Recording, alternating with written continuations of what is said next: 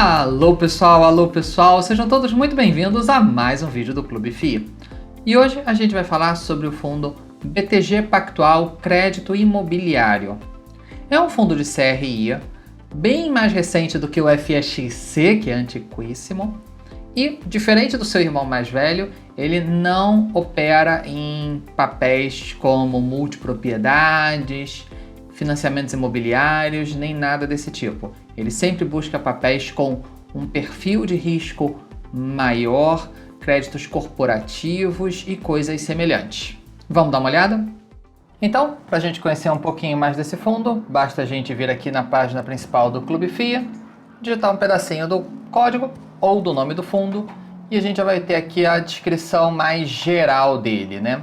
A data de IPO dele, 31 de maio de 2018, lembrando que essa foi uma oferta exclusivamente para investidores profissionais, uma oferta restrita, uma oferta 476, como se diz no jargão. A negociação em bolsa começou um pouquinho depois. Ele faz parte do IFIX aqui com peso de arredondando 0,5%. O gestor é a equipe da BTG Pactual, que também faz a administração. Se a gente for olhar aqui o histórico de cotações, a gente vai puxar aqui o histórico todo, a gente vê que as negociações mesmo começaram em janeiro de 2019. Ele foi lançado a R$100, como é a praxe já há muitos anos do mercado. Chegou a subir, mas rapidamente voltou para o mesmo patamar de R$100.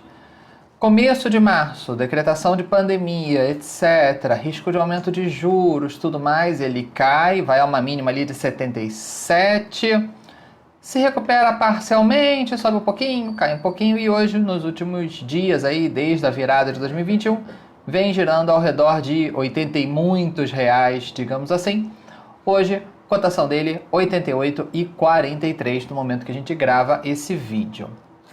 Vamos ver o histórico de dividendos dele. Você vai ver que a última distribuição dele foi de 57 centavos, o que, em relação ao preço de hoje, dá um dividend yield de 0,64.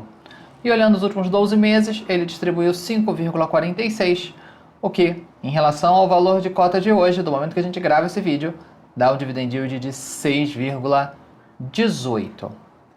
Vamos analisar aqui o histórico como um todo. A gente vai ver que ele no começo vinha distribuindo 65, enquanto ele ainda não era negociado em bolsa, né?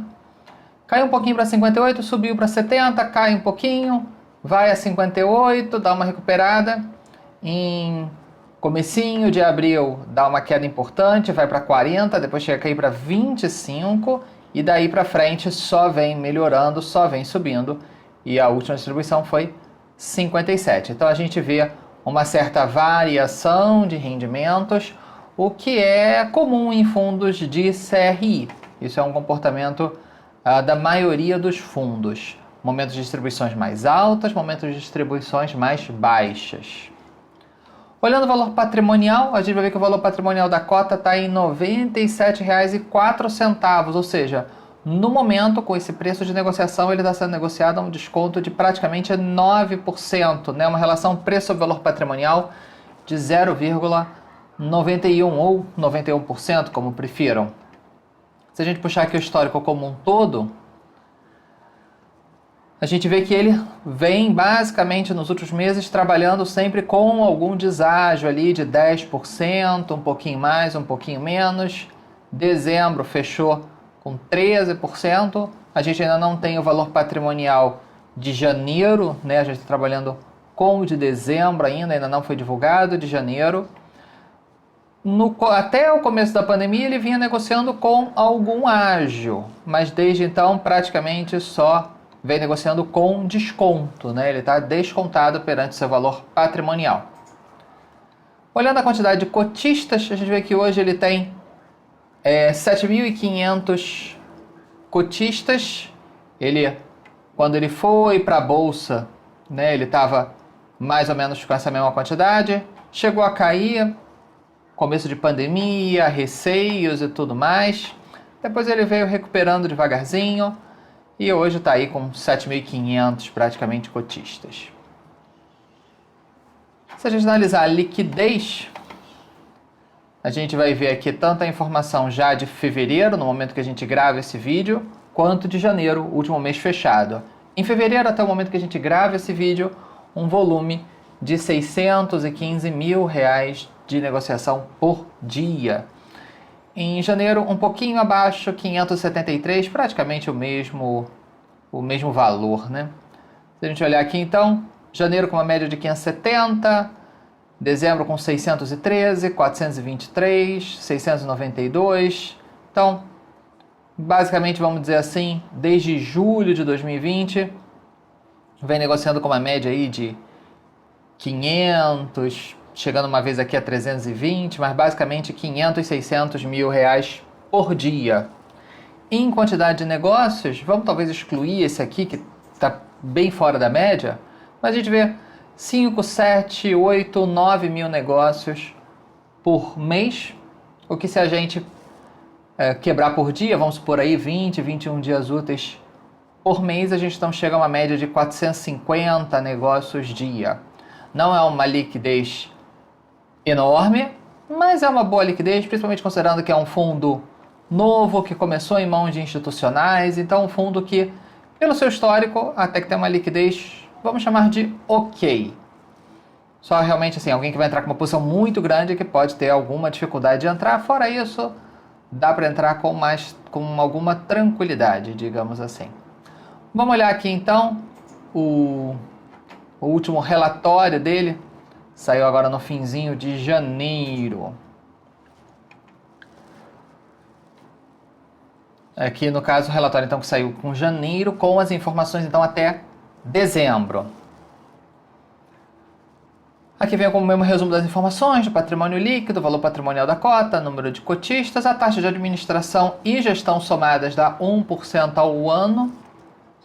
Aqui ele comenta sobre algumas operações que aconteceram em dezembro, a aquisição, a liquidação de 2 CRIs do Grupo Pão de Açúcar, GPA Grupo Pão de Açúcar, a gente vai ver detalhes um pouquinho mais abaixo, um no valor de 10 milhões, taxa de IPCA mais 5,3 e outros de 20 milhões, taxa de IPCA mais 5,6.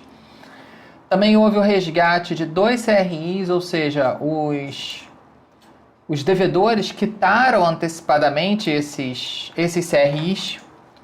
E ele está informando aqui que isso traz um impacto positivo, porque muitos CRIs, principalmente nesse mercado de CRIs corporativos, em caso de pré-pagamento, há uma multa. Então o fundo recebe a rentabilidade esperada e mais uma multa, que isso, claro, entra como lucro do fundo. E dá o caixa de volta para o fundo para ele investir em ativos mais rentáveis de acordo com o pipeline. Aqui ele vem com uma descrição resumida dos CRIs adquiridos, e também aqui o fundo ele fez uma venda, então ele nem sempre ele vai pegar o CRI para carregar. Se ele enxergar uma oportunidade interessante de vender, talvez para alocar em outra possibilidade, ou simplesmente porque alguma coisa talvez no perfil de risco pode ter desagradado com o caminhar do fundo e tudo, ele pode vender e tem feito esse giro do patrimônio.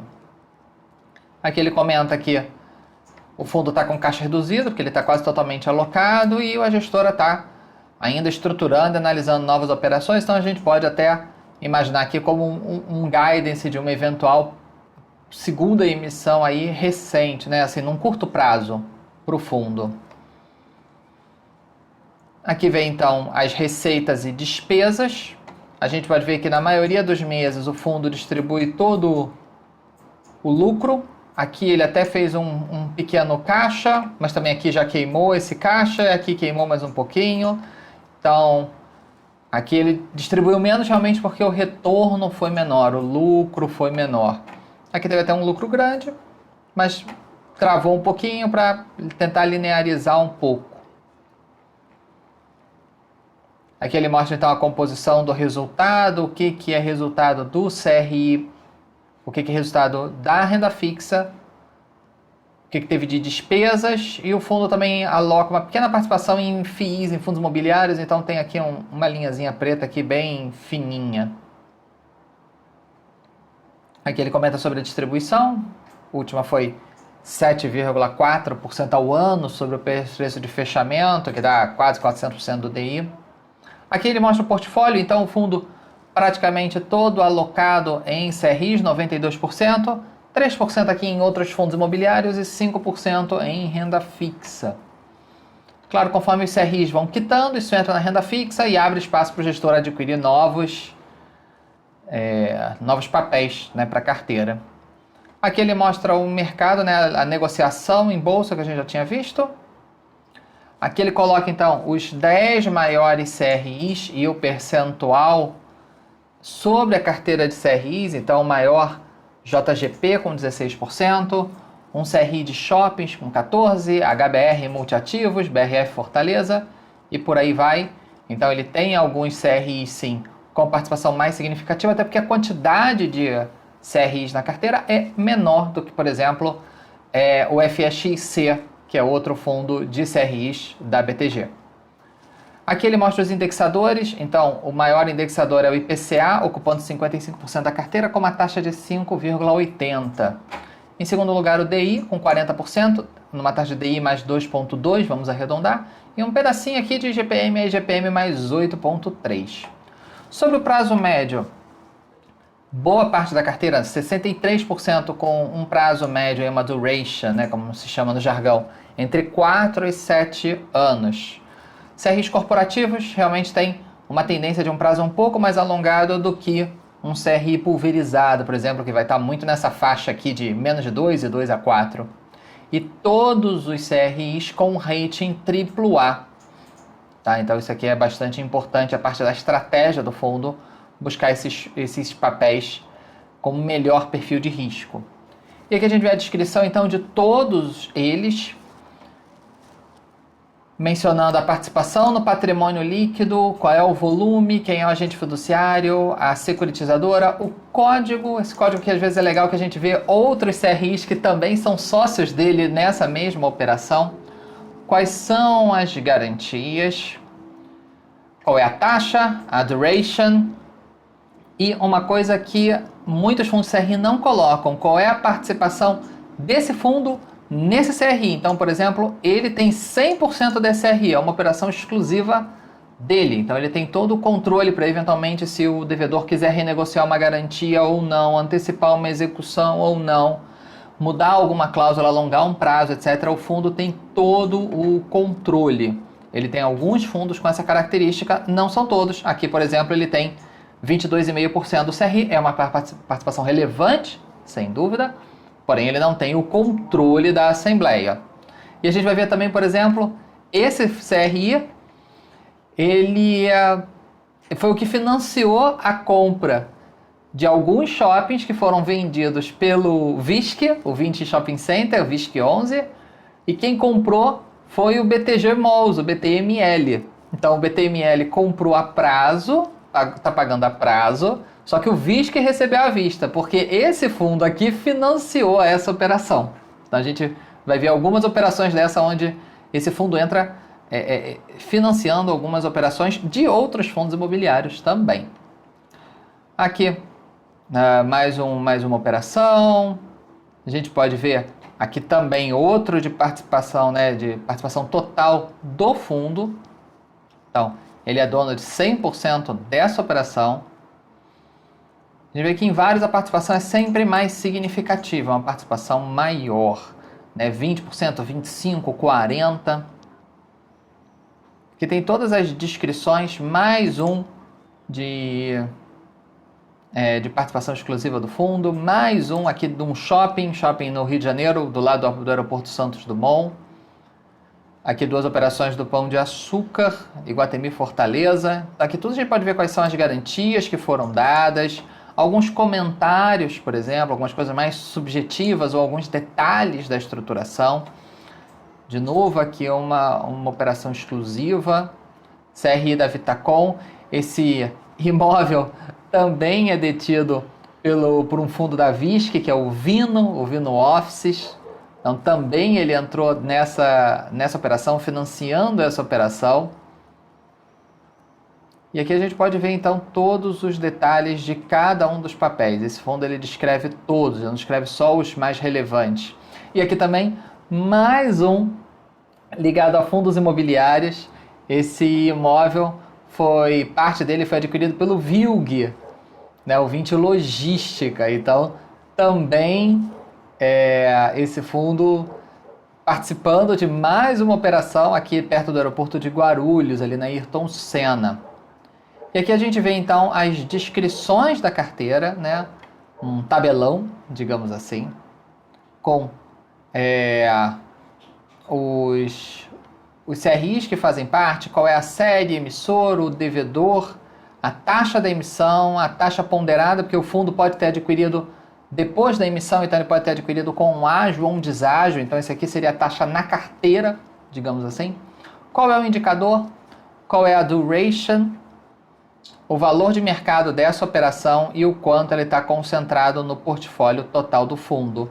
E aqui os fundos imobiliários que ele tem em carteira, a gente vê que todos são também do ramo de CRIs. Então, mesmo ele não estando exposto diretamente em CRIs, ele aloca aqui uma pequena participação, 3% do patrimônio, em fundos do mesmo segmento.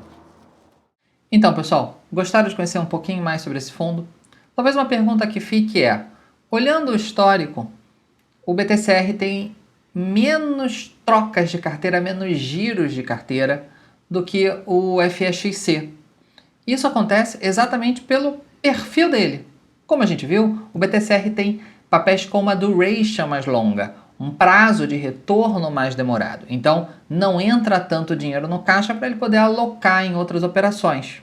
Além disso, apesar de tanto ele quanto o FEX venderem papéis para lá e para cá, no BTCR, como os papéis tendem a ter uma média de tamanho maior, e nem todos eles têm negociação, porque são exclusivos do BTCR, ele naturalmente vai manter eles em carteira por mais tempo.